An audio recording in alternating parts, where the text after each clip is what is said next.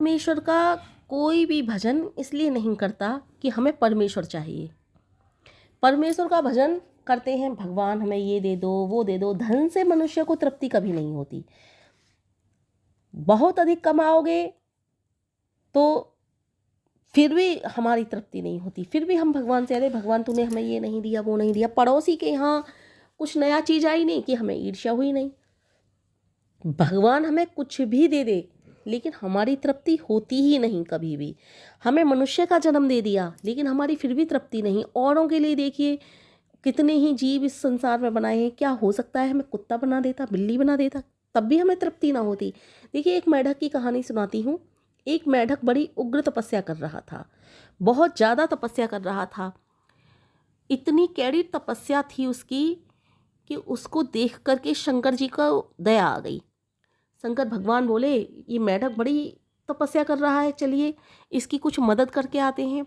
उन्होंने उससे पूछा, वत्स तुझे तपस्या करने में कुछ कष्ट तो नहीं है? मेढक ने कहा, भगवान पड़ोस में एक दुष्ट सर्प रहता है जो मुझे भय देता रहता है, उससे ध्यान में विघ्न पड़ता है। ऐसा कोई उपाय कीजिए जिससे मेरा भय दूर हो जाए और मैं निश्चिंत मन से होकर के तपस्या कर सकूं। शंकर जी ने मेढक से कहा, ठीक है भक्त, ऐसा ही होगा। और शंकर जी ने उस मेढक को सर्प बना दिया। अब उसे सर्प बना दिया, उसे कुछ भय नहीं रहा। पर थोड़े ही दिन बाद वहाँ पर एक नेवला आने लगा। नेवला इधर से उधर भटकने लगा। अब मेढक को फिर से भय उत्पन्न होने लगा। वो तपस्या कर रहा था। कुछ दिन बाद शंकर जी बोले, चलिए फिर से देख करके आते हैं उस भक्त को। उन्होंने कहा, वत्स तुझे कोई बात तो नहीं, कोई तुझे सहायता की आवश्यकता तो नहीं, तुझे कुछ कष्ट तो नहीं? मेढक ने कहा, प्रभु आपने मुझे सांप बना दिया, अब इधर यहाँ नेवला आता है एक, मुझे उससे बड़ा भय लगता है। शंकर जी भगवान बोले, ठीक है वत्स। शंकर भगवान ने अब उसे नेवला बना दिया। अब वो नेवला बन करके अच्छे से तपस्या करने लगा। तपस्या कर रहा था, वहाँ पर फिर एक वन बिलाव आने लगा। अब वन बिलाव आने लगा तो उसे फिर से बड़ा ही मेढक के लिए डर लगने लगा।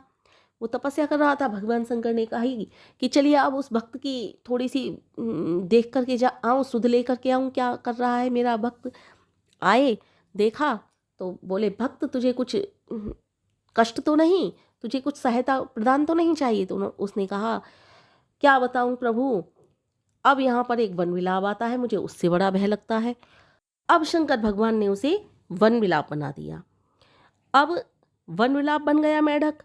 मेढक सुखपूर्वक तप करने लगा, सुखपूर्वक तप करने लगा। अब वहाँ पर कुछ दिन बाद एक शेर आने लगा। अब वन विलाप को उस शेर से भय होने लगा। फिर शंकर भगवान आए, वत्स तुझे कोई कष्ट तो नहीं? वो बोला, भगवान क्या बताऊं, अब यहाँ पर एक शेर आता है। प्रभु बोले, ठीक है मैं तुझे शेर बनाई देता हूँ। उन्होंने उसको शेर बना दिया। अब शेर बना दिया। अब शंकर भगवान वो शेर बन करके तप करने लगा।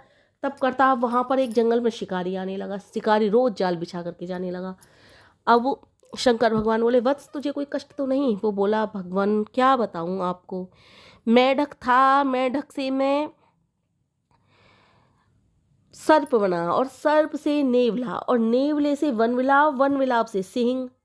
अब भी मुझे भय रहता है कि ये शिकारी मुझे अपने जाल में ना फंसा ले। हे प्रभु आप ऐसा कीजिए, मुझे फिर से मेढक ही बना दीजिए। मुझे ये शेर का शरीर या फिर किसी भी प्रकार का कोई शरीर नहीं चाहिए, मुझे मेढक ही बना दीजिए, क्योंकि मैं मेढक के रूप में ही आपका ध्यान करूँगा, मेढक के रूप में ही आपके दर्शन प्राप्त करूँगा। भगवान ने उसे मेढक ही बना दिया, क्योंकि ये भय कभी दूर नहीं होता, बाधाएं कभी समाप्त नहीं होती। जीव जिस स्थिति में है उसी में कठिनाइयों से साहसपूर्वक लड़ते हुए आगे बढ़ सकता है, ऐसा मेढक ने समझ लिया था। यह बात सत्य है कि असली शरीर में ही या फिर जो आपके सामने असलियत है उसी में प्रसन्न रहने का अवसर ढूंढिए। यही मान्यता ठीक है। शंकर जी बहुत संतुष्ट हुए और सिंह को फिर से मेढक रह करके तपस्या पूर्ण करने की आज्ञा दे दी। तो इसी तरह से यदि हम इधर से उधर की बातें सोचते हैं उसके यहाँ ये, उसके यहाँ ये, तो फिर उसमें हमें कभी संतुष्टि नहीं होती। हमको भगवान ने मानव जीवन दिया है, कम से कम इसमें तो परमपिता परमेश्वर का ध्यान करें।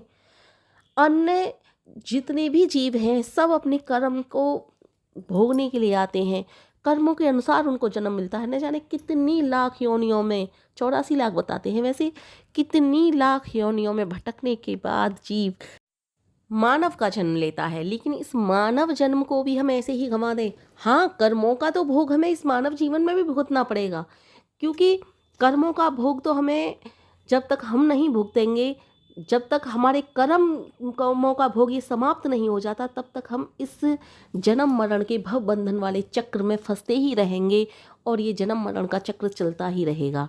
लेकिन जिस दिन ये हमारे कर्मों का भोग समाप्त हो जाएगा, उस दिन हम इस जन्म मरण के भव बंधन से, इस चक्र से मुक्ति पा लेंगे। लेकिन जब तक मुक्ति नहीं पाएंगे, तब तक तो हमें कर्मों का भोग भोगना ही पड़ेगा। और ये मानवीय जीवन मिला है तो इसीलिए मिला है कि कम से कम इस मानवीय जीवन में रह करके हम उस परमपिता परमेश्वर को सच्चे मन के साथ तो भजें। सच्चे मन के साथ हमें परमपिता परमेश्वर को भज लें, तो फिर हमें किसी चीज़ की आवश्यकता नहीं रहती। लेकिन हम सच्चे मन से भजते कहाँ हैं? हमें तो उस परमपिता परमेश्वर से भक्ति ही कहाँ है, हमें तो उससे लेना है बस। प्रभु हमें ये दे दे, वो दे दे, लेने वाली भक्ति करनी, निस्वार्थ भाव वाली भक्ति थोड़ी ना करते हैं हम। जो आदमी के दिल में बिना किसी इच्छा के, बिना किसी प्रमाद के पूरी ताकत से प्रेम जगता है ना, वो होता है असली प्रेम। परमपिता परमेश्वर के लिए यदि ऐसा प्रेम जग जाए तो फिर हमारा कल्याण है। देखिए, कबीरदास जी ने एक दोहा कहा है, यह तो घर है प्रेम का, खाला का घर नाही, शीस उतारे भईंधुरे तब बैठे घर माही। तो जब तक ये सच्चा प्रेम अपने हृदय में नहीं जगता, हमें तब तक कल्याण हो ही नहीं सकता। प्रेम न बाड़ी उपजे, प्रेम न होठ बिकाए, राजा प्रजा जो चाहे शीस दे ले जाए। तो भैया, इस प्रेम में यदि परमपिता परमेश्वर से सच्चा प्रेम हो गया ना, तो लेना देना, खोना पाना सब छोड़ना होगा हमें तभी तो उस परमपिता परमेश्वर से सच्चा प्रेम होगा। यदि हम कुर्बानी नहीं कर सकते ना, तो फिर सच्चा प्रेम है ही नहीं। कुर्बानी कैसी? क्या परमपिता परमेश्वर हमसे कुछ मांगते हैं? नहीं। कुर्बानी इसी चीज़ की तो है कि हमें उनसे कुछ नहीं लेना, मतलब वो जो भी दें उसे हम प्रसाद के रूप में ग्रहण करें। लेना मतलब उनसे कुछ मांग करके नहीं लेना, उनसे प्रेम करना है, सच्चा वाला प्रेम करना है। जिस भी नाम जप कर रहे हैं, जिस भी तरीके से परमपिता परमेश्वर को भज रहे हैं, बस निस्वार्थ भाव से उनका जप करना है। हमें निस्वार्थ भाव से उनसे का बस नाम लेते रहना है। हमें उनको एक मिनट भी नहीं भूलना, उनको हर समय याद रखना है। और जो भी कर रहे हैं हम सब कुछ उनको समर्पित करते हुए करना है। जितने भी कार्य हैं संसार के, कर्तव्य समझ करके करने हैं हमें ये नहीं देखना कि हमें तो ये कार्य करना है, हम कैसे बैठे हैं, या फिर हम भगवान के भजन में लग गए, रोटी बना रही हूँ, पति के लिए खाना बनाना है, आज ये सब्जी बना दूँ, या फिर हम नाम जप करने लग गए, बेटे का आज एग्ज़ाम है, पता नहीं कैसा जाएगा। इस तरह की भावनाएं हमारे अंदर, हमको अपने अंदर नहीं लानी है। हमें जिस समय हम परमपिता परमेश्वर का नाम भज रहे हैं, बस परमेश्वर और हम, यही दो बातें हमारे दिमाग में होनी चाहिए। मन इधर उधर भटके, मन को खींच कर लाओ परमपिता परमेश्वर, बस सच्चे हृदय के साथ इसी तरह से नाम जप करते रहो, कल्याण हो जाएगा फिर।